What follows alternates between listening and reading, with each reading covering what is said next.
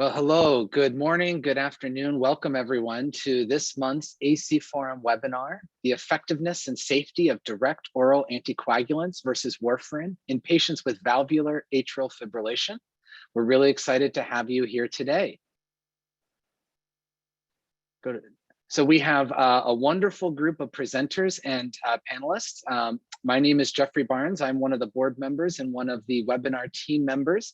I'm really excited to welcome my good friend, Ghadeer Dawwas. She is a postdoctoral fellow in the Department of Epidemiology, Biostatistics, and Informatics at the Perelman School of Medicine at the University of Pennsylvania. And Dr. Dawwas is the lead author on the paper we're going to be discussing today. Also joined by fellow AC Forum leader, Dr. Adam Cuker.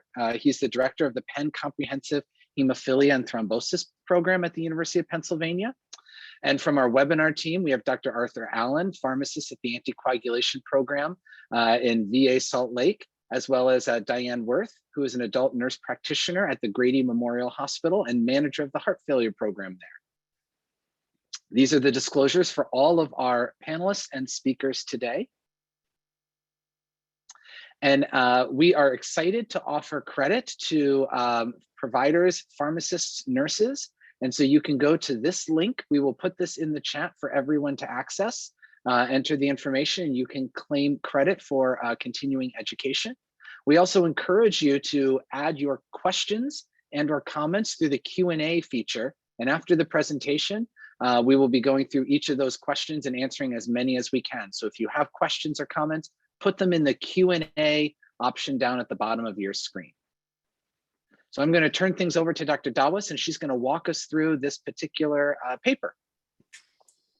Thank you, Jeff, for the introduction. And as Jeff noted, we are going to be discussing today Dawwas versus Warfarin in patients with valvular atrial fibrillation. Next slide, please. So just a little bit of a background on the topic. As you all know, valvular heart diseases are common in patients with atrial fibrillation.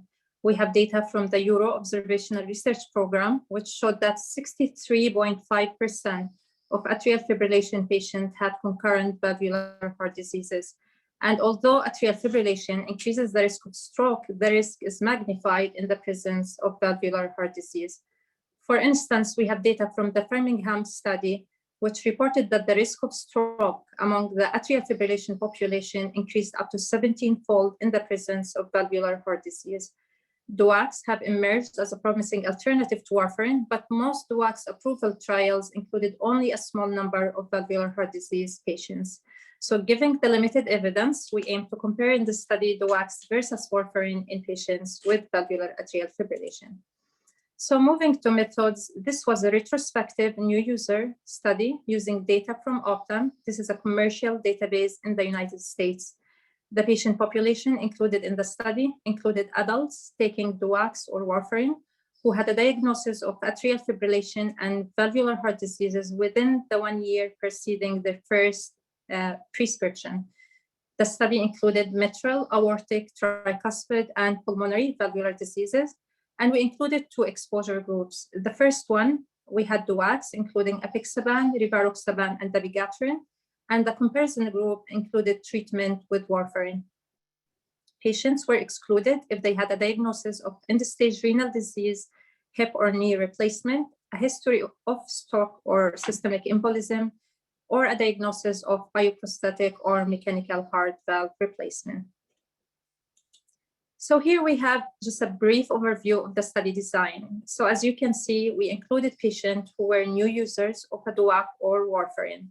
And we required patients to have a 12-month of continuous enrollment in medical and pharmacy benefits prior to treatment initiation. So this period was used to define baseline covariates, apply exclusion criteria, and examine prior drug use. From the cohort entry date, patients were followed from treatment initiation or cohort entry date until the occurrence of the earliest of the following censoring criteria. And this included an outcome of interest, discontinuation of index medication, a start of the comparator, end of enrollment, or end of study period, which was June 30th, 2019.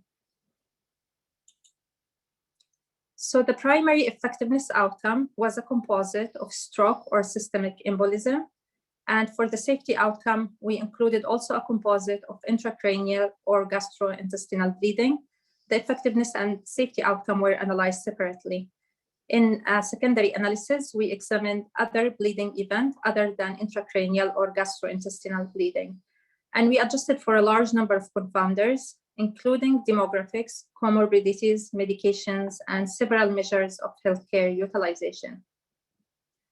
In order to account for differences in baseline characteristic and disease risk factors, we matched the DOAC group to those in the Warfarin group based on a propensity score using one-to-one matching.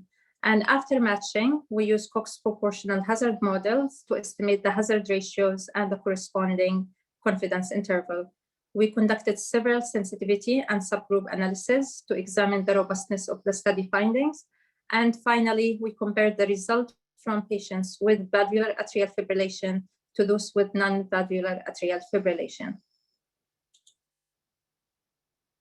So this slide here shows a flow diagram of the study population. So what you can see here is that out of 1,400,000 patients who were new users of Dawwas or Warfarin in Optum data, 132,000 had a diagnosis of atrial fibrillation and a concurrent diagnosis of valvular heart diseases before treatment initiation.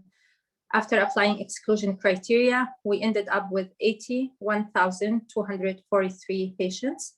And after matching, we included 168 patients in the Dawwas group. And since we used one-to-one matching, we had a similar number of patients in the Warfarin arm.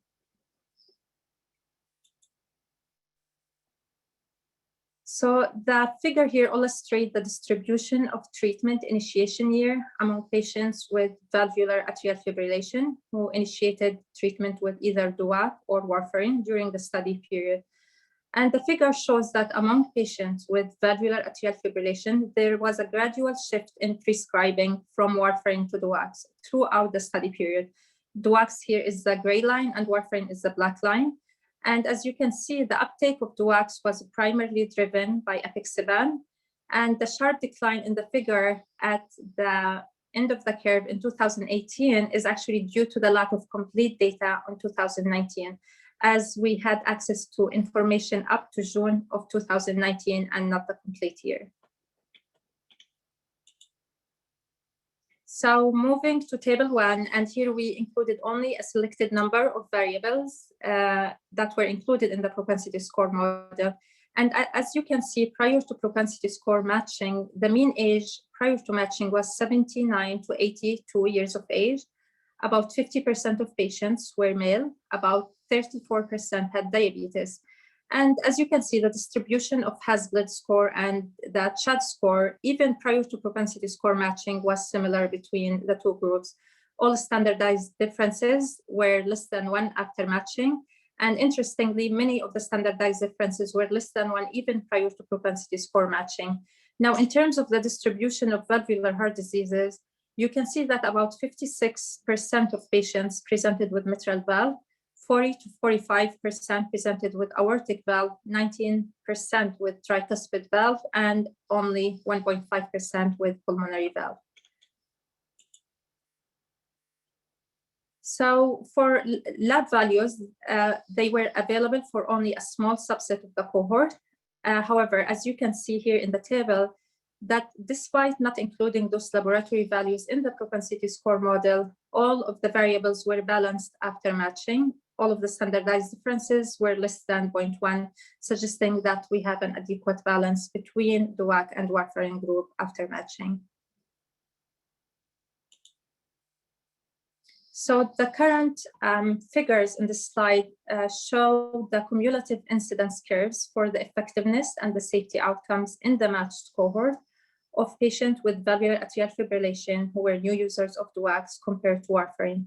The gray line here is Warfarin and the black line is Dawwas, and the graph shows that the cumulative incidence of the study outcomes was higher in the Warfarin compared to the Dawwas groups.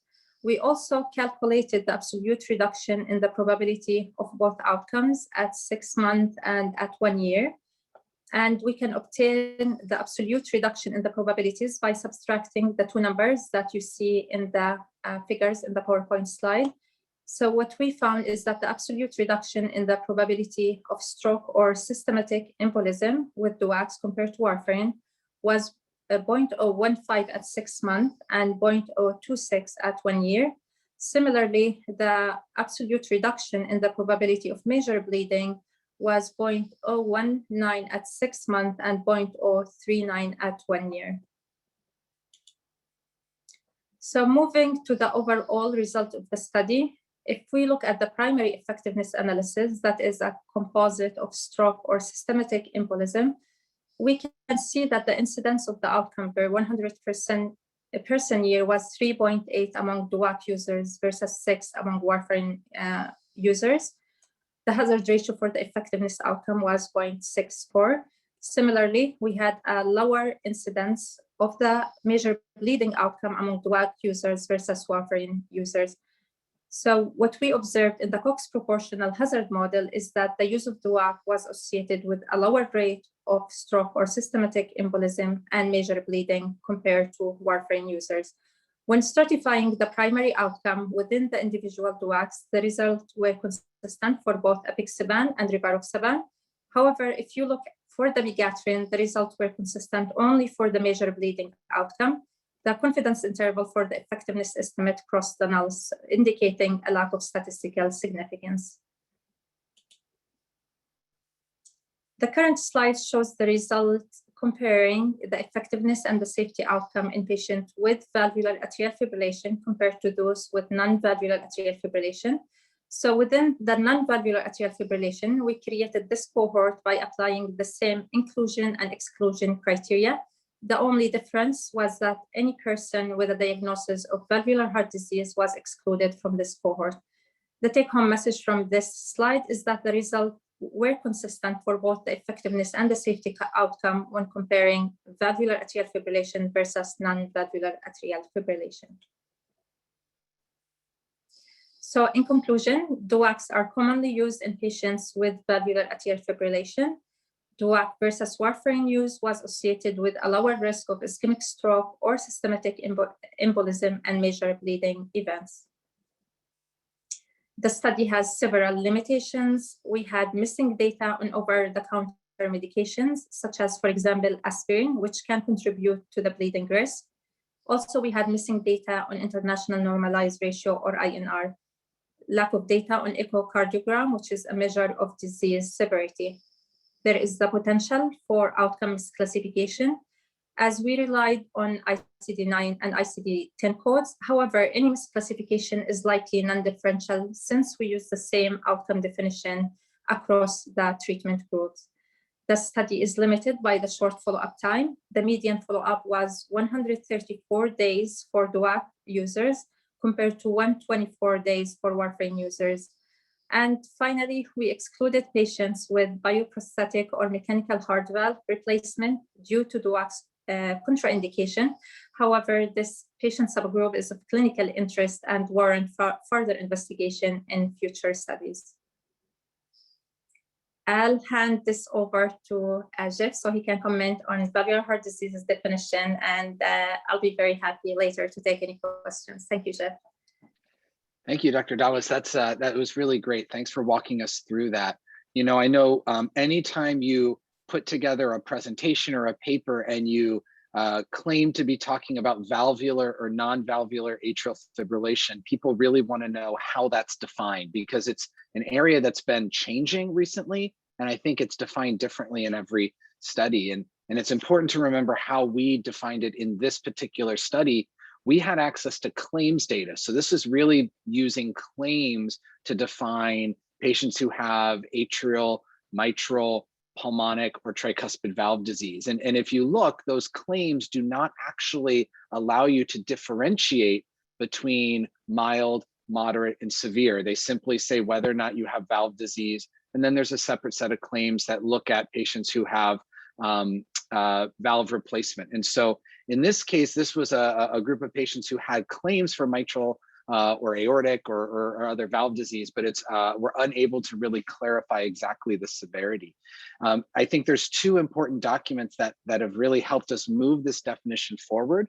As you can see here on the screen, the 2017 ACC Clinical Expert Consensus group really defined AF non-valvular as those without rheumatic mitral stenosis or a mechanical or bioprosthetic heart valve or mitral repair. And as Dr. Dawwas identified, we did our best to exclude anyone with the heart valve replacements, either mechanical or bioprosthetic, because of the claims, but the severity of other disease was harder to come by in the claims data.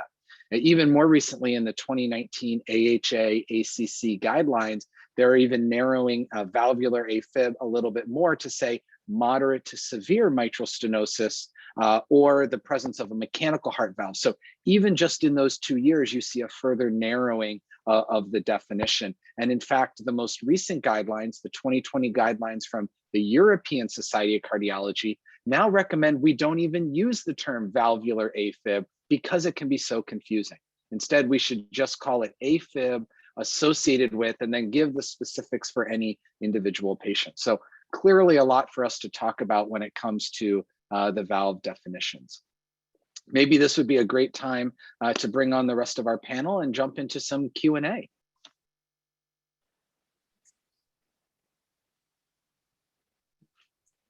All right, excellent presentation of the paper, really important paper, and thank you so much for the presentation of it.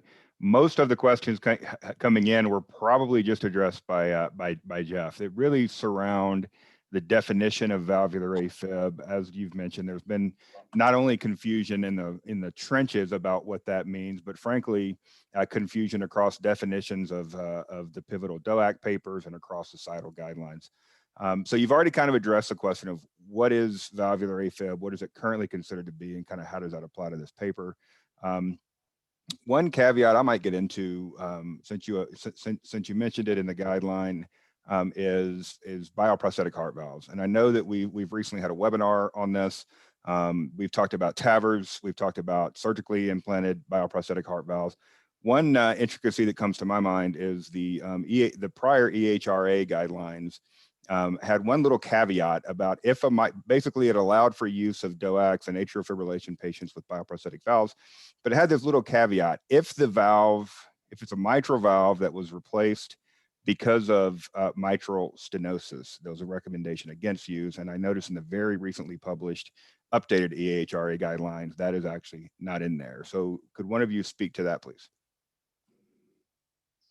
Yeah, I'm happy to take that sort of as the cardiologist in the group. You know, this whole fascination with rheumatic mitral stenosis has I think really been interesting. And if you go back, it's important to understand why that's sort of been a carve out. You know, if you go back to the earliest studies where we were asking whether or not anticoagulation was beneficial for patients with atrial fibrillation, we knew at that time patients with rheumatic moderate to severe mitral stenosis, those were a group of patients who were very high risk for stroke. And so it really wasn't ethical to randomize them to get anticoagulation or not receive anticoagulation. We had already sort of decided that their stroke risk was high enough, they needed to be treated. So because of that, every subsequent study that came out used this non-valvular definition to say, well, we've already decided that group has to get treated. Let's use the same population as was included in those early studies. But if you ask the question, well, what does an anticoagulant do? And is there any reason it wouldn't work? I personally can't think of a reason why somebody with, say, mitral stenosis wouldn't be appropriately prevented from developing a clot simply because of the anatomy of their mitral valve. I absolutely understand why a mechanical valve is one that we would not want to use, right? There's other sort of ways that the clotting cascade is activated, and maybe Adam could share some of his thoughts around that. But although we've never studied these drugs in rheumatic moderate to severe mitral stenosis, it seems to me plausible that it would work. It's just we don't have the data or the high quality prospective data to really justify use of these drugs in that case. But when it comes to bioprosthetic valves, I feel pretty comfortable. I think we have enough data out now that says if you have a reason to be anticoagulated, like AFib, it's reasonable to use them even in patients who are receiving a bioprosthetic valve. Okay, great. Can you speak to, Dr. Dawwas, some of the results surrounding bleeding and what the non-major bleeding looked like? And were these results what you expected based on the clinical trials that got the drugs released, or was this better or worse than you expected? I mean, thank you for the question. The results were consistent with the clinical trial in terms of what we're seeing in non-valvular atrial fibrillation patients. We know that there is no major clinical trial that looked specifically at the valvular atrial fibrillation population, although there were several post hoc analyses from the large approval trials. In general, or generally speaking, we can say that the incidence of the outcome that we often see in claim data is slightly higher than we see in randomized clinical trials. And this might be driven by differences in patient population or differences in characteristics. I mean, in many cases, patients recruited to randomized clinical trial are selective and might not represent those seen in routine clinical practice.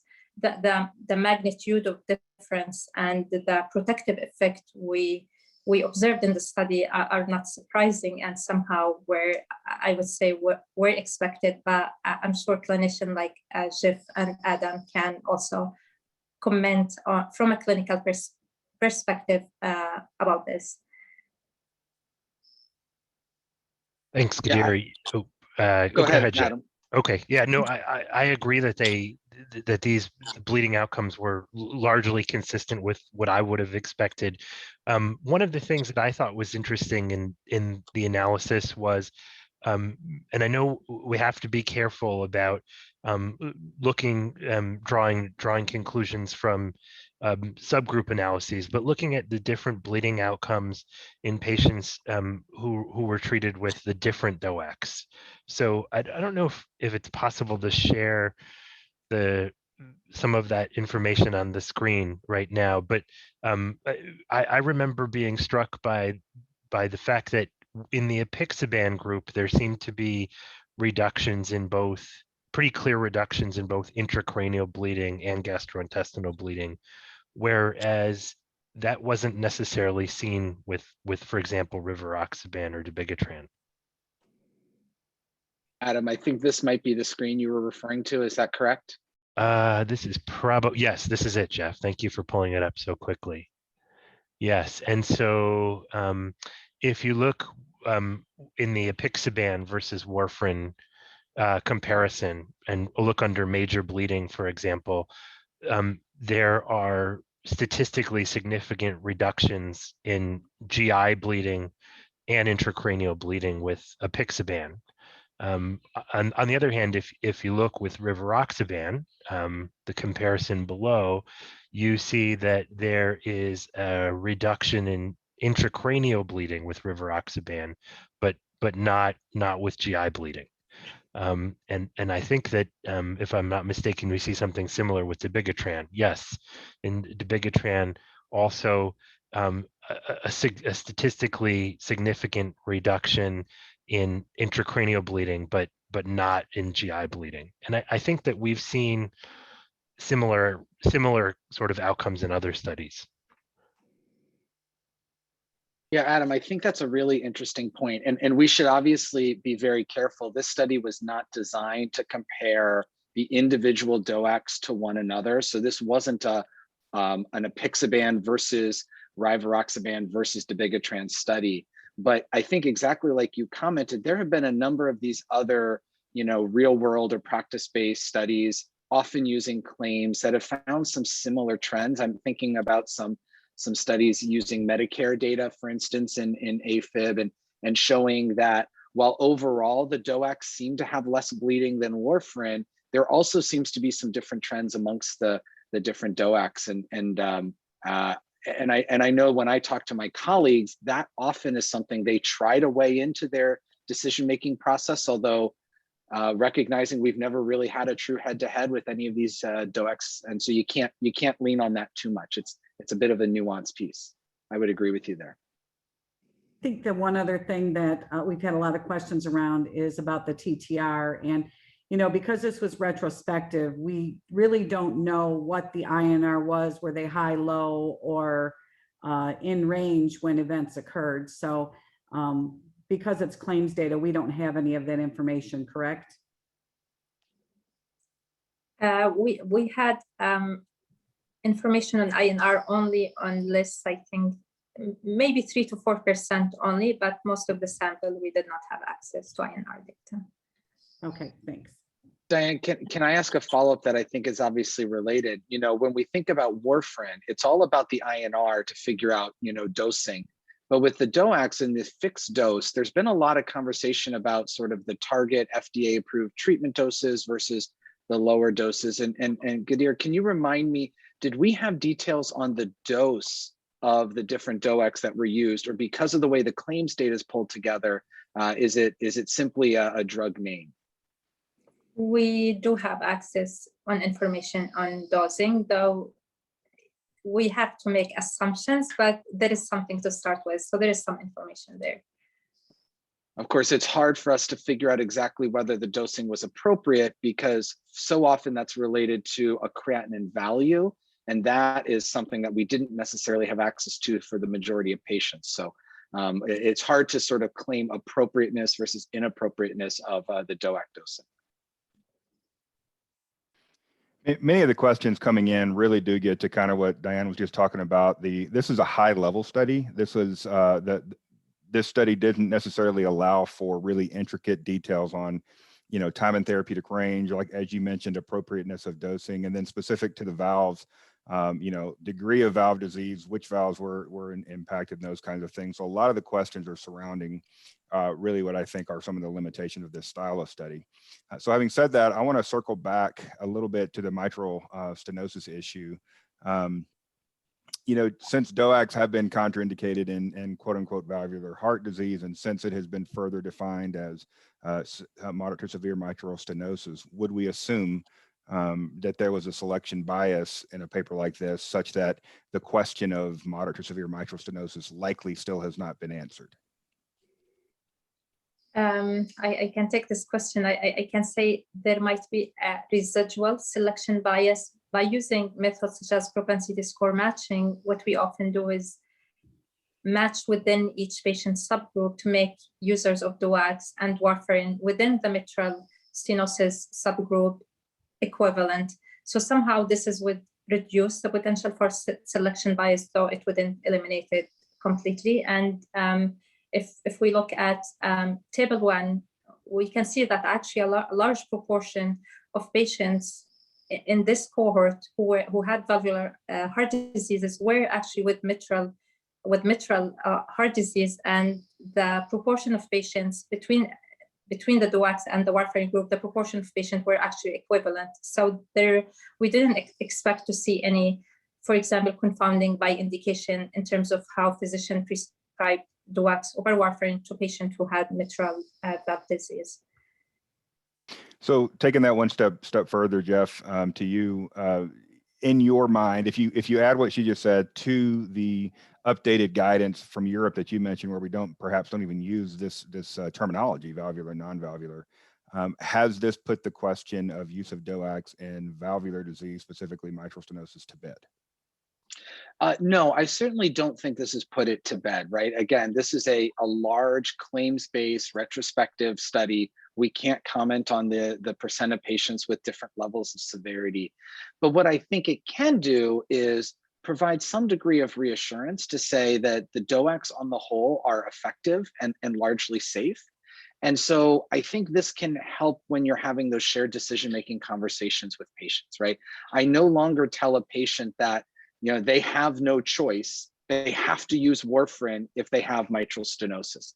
I'll tell them that if they choose to use a DOAC, it's off-label, and there's some reasons why, but it may be the best choice for that individual patient. And that's where I think the art of medicine has to come into play. And so that's how I use a study like this and some of the other studies to guide decision-making. We've really come a long way with this topic. I knew of some sites early on that were requiring echo before they would allow a DOAC, which I thought was a little bit of a stretch. So Diane, to you.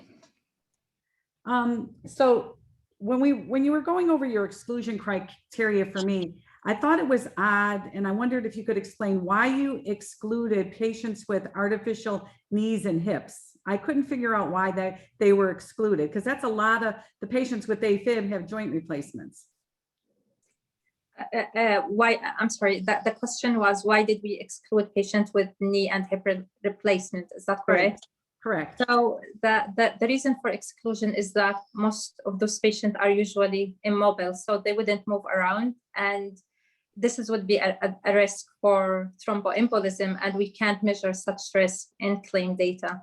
So this would be affecting the probability of the effectiveness outcome. However, you can't account for that in claim data.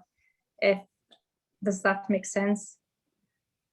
I guess if it was a new joint, but if it was, we have a lot of patients that have AFib that are ambulatory and move around, but I guess because it was claims data, you have no way of knowing of when they were implanted. So, okay, well, that explains why. Yes, I mean, this was our assumptions, just to avoid anything that, for something that we cannot measure in claim data, we thought, okay, we'll just exclude them. But I mean, I can see your point that, maybe many of them might be mobile, and maybe further we can explore them in future studies. And just circle back to, we still have a lot of questions coming in. Jeff, can you define what severe mitral stenosis is, maybe and give them what the parameters on echo would be, so that when they're looking at an echo, they know what the gradient is that they're looking for?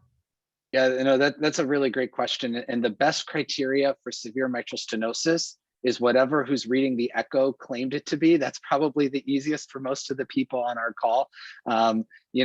There's not a single number that cardiologists will use to define mitral stenosis.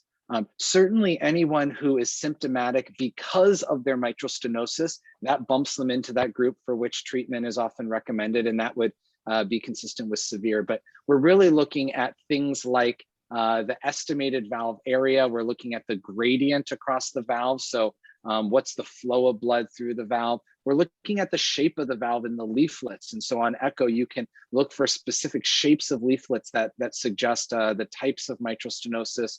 The size of the left atrium is in place. So there's really a whole bunch of features. It doesn't come down to a single number.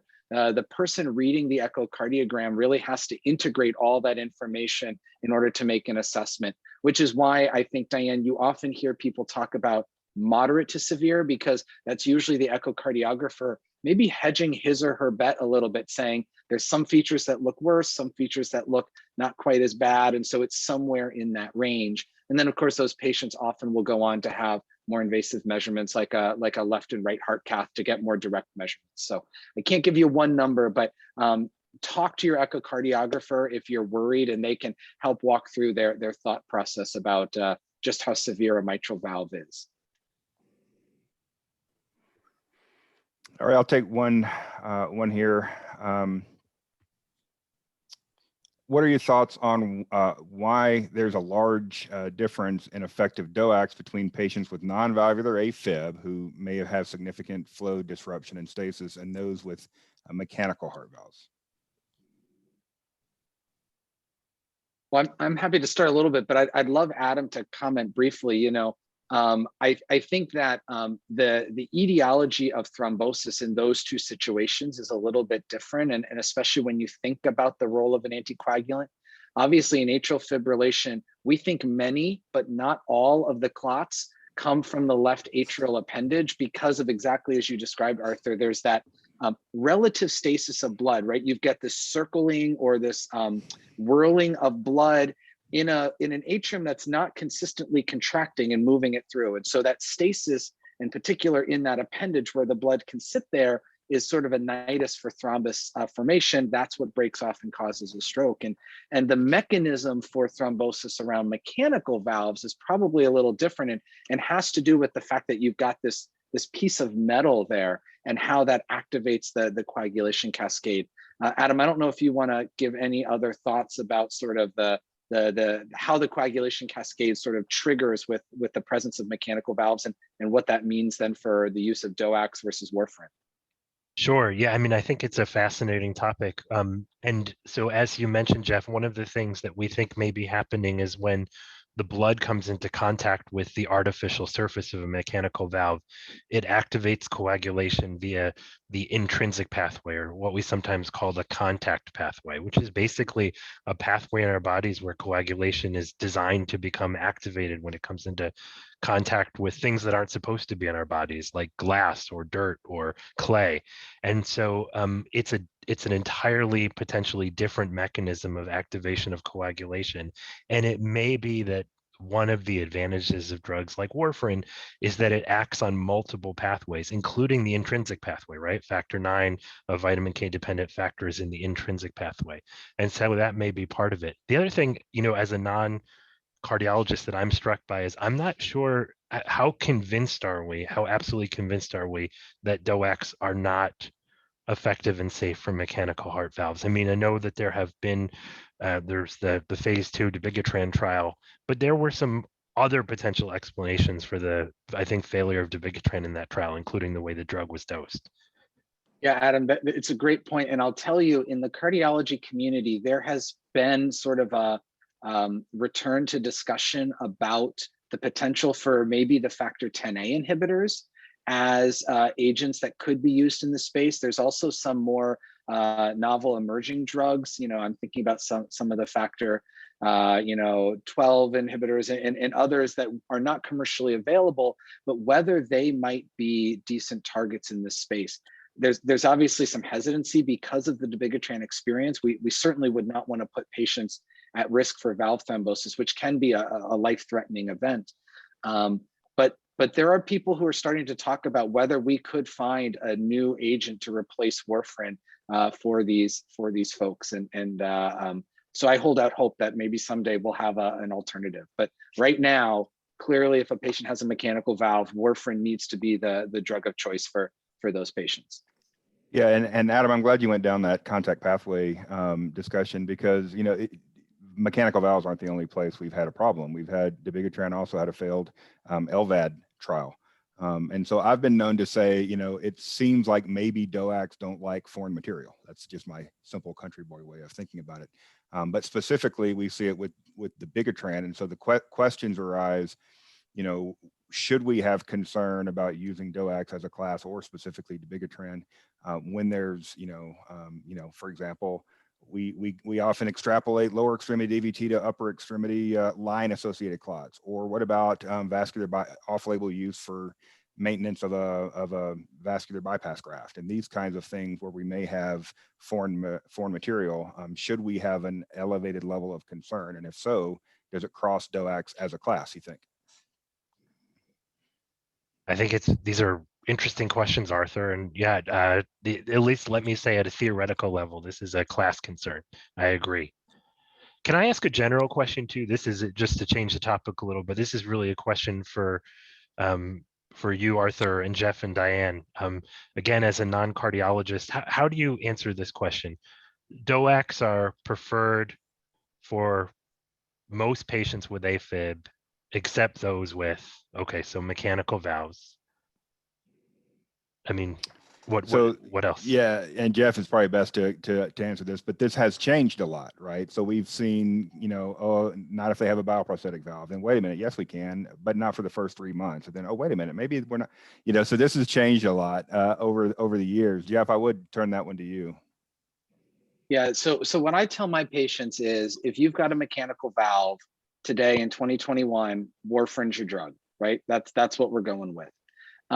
Outside of that, I'm willing to entertain a conversation when I think about the AFib patient. Now, the other one, and Adam, this best of all of us, right, is the really high risk antiphospholipid patient. I'm thinking the triple positive. If they also happen to have AFib, okay, that's putting us into a different group. But when I see a person for the purpose of discussing stroke prevention and AFib, the only one that I'm not having any conversation on is the mechanical valve. Everyone else, I'm willing to entertain that conversation.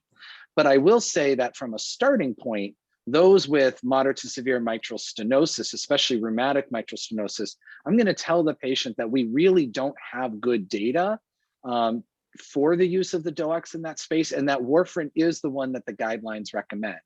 But if a patient feels strongly that warfarin is not an option, and so it's a DOAC or nothing, well, I'm probably going to go down the DOAC route than leaving them unprotected. And everything else, I'm really willing to entertain DOACs at this point, whether it's, mitral regurgitation, aortic disease, TAVR, surgical bioprosthetic valves. I think we've got a decent evidence base to say that for the most part, the DOACs are pretty reasonable in those patients. And I think the guidelines have opened that up now for us. Yeah, and this really just continues the conversation about how DOACs have changed, and really things where we probably at one point drew lines in the sand. We just need to quit drawing lines in the sand. There's so much about DOAC use across indications that are really a shared decision. When there's controversy, a shared decision-making conversation should cover it, I think. There's just very few appropriate lines in the sand.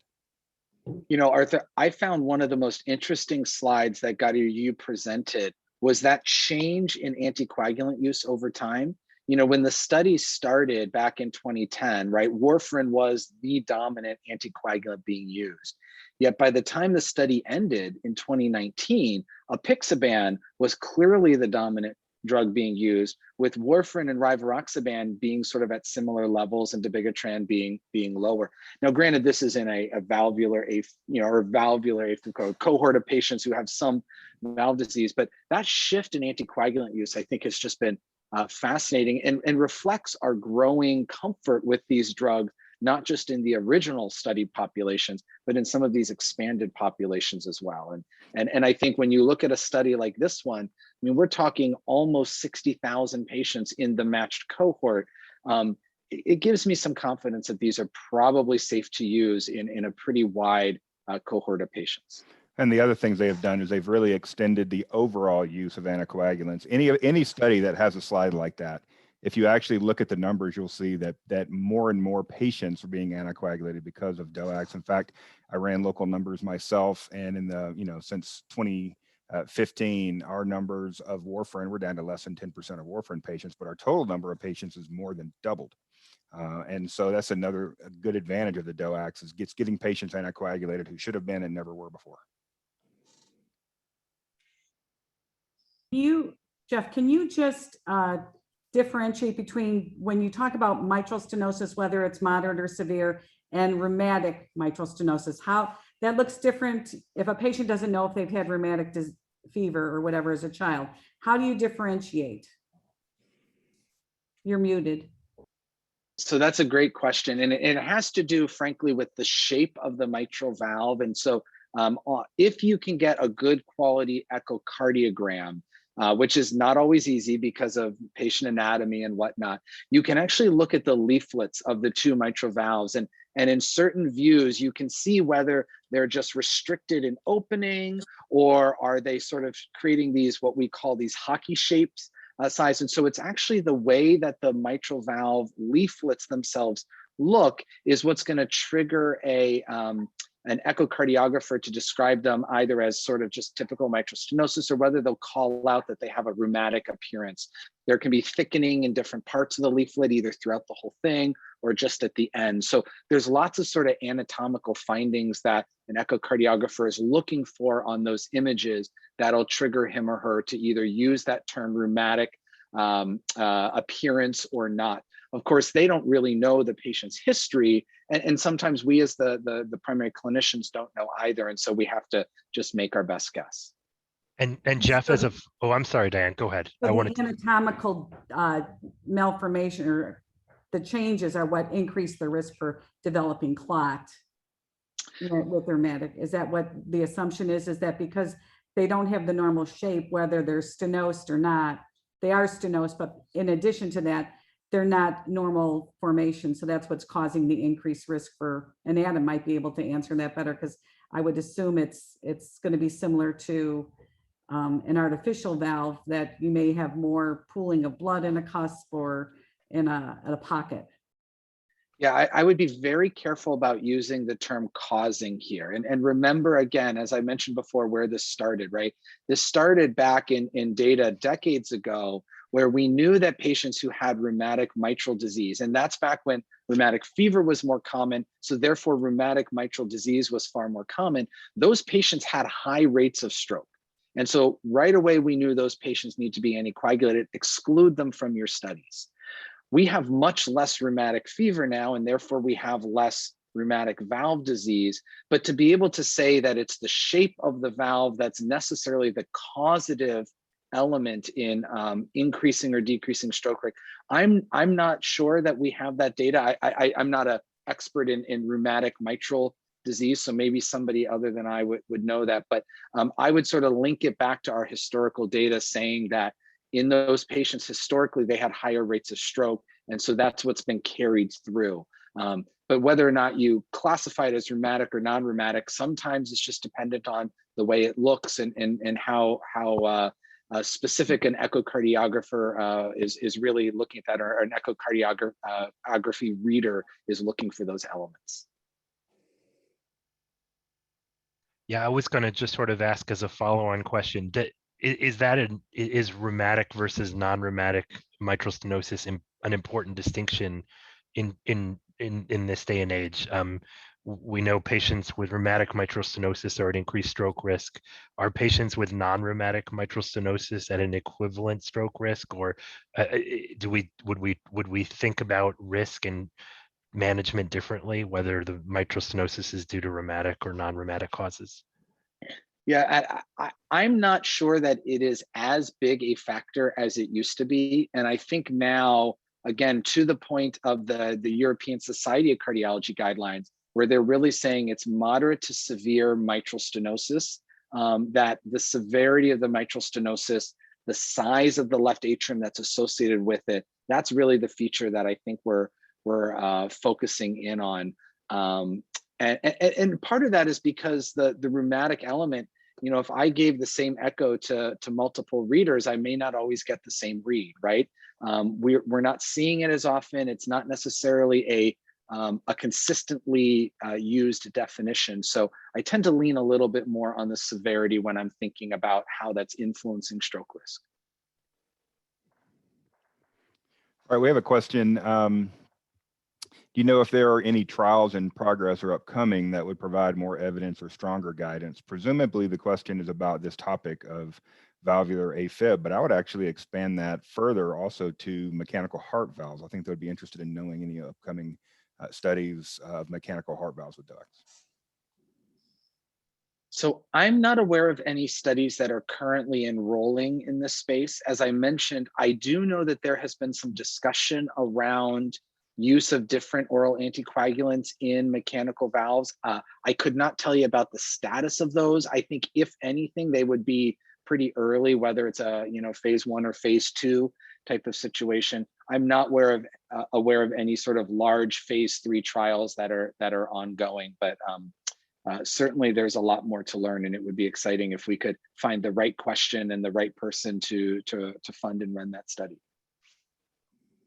This was an interesting twist, and I'm not aware of any. Are there any retrospective studies going on now? We've got 10 years of DOAC use.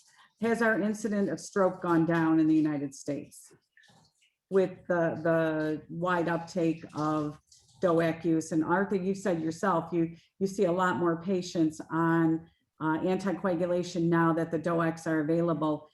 I don't know of anybody that's looking at it to see what and propensity match to see if the numbers have gone down by us moving the needle. Are we moving the needle by anticoagulating more AFib patients?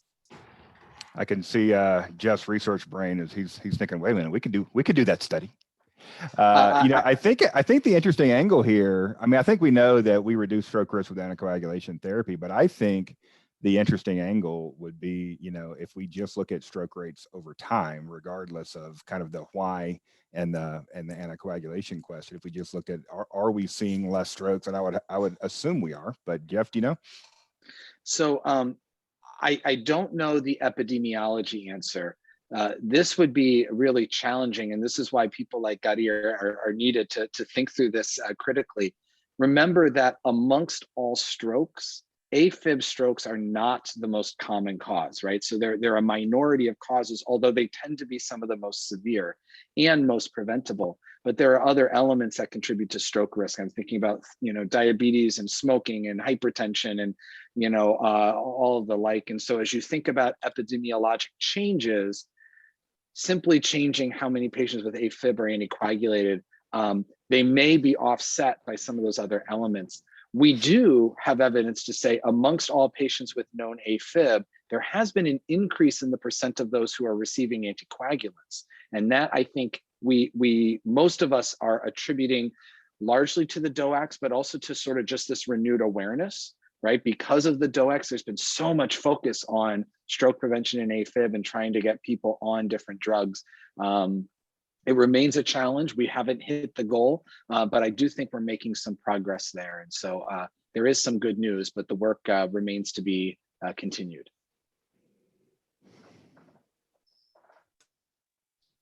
Okay, well, thank you all so much. Thank you, Dr. Ghadeer, Dawwas, sorry about that, for presenting this data, and to all of our AC Forum panelists for their great discussion of this ever-changing topic. Definitely needs to have more discussion. So again, this webinar is accredited for providers, pharmacists, and nurses. The link is in the chat and also here and on our website. Please save the date for our June webinar, which will be on therapeutic anticoagulation in patients with COVID-19. We'll be discussing a number of multi-platform trials that have recently published results or pre-press results. I'm very pleased to say that our national conference is moving forward both in person and virtually. Registration is now open, so please join us in San Francisco in October. And I want to thank all of our sponsors for their support of this webinar program. Thank you very much. Have a great day. Bye.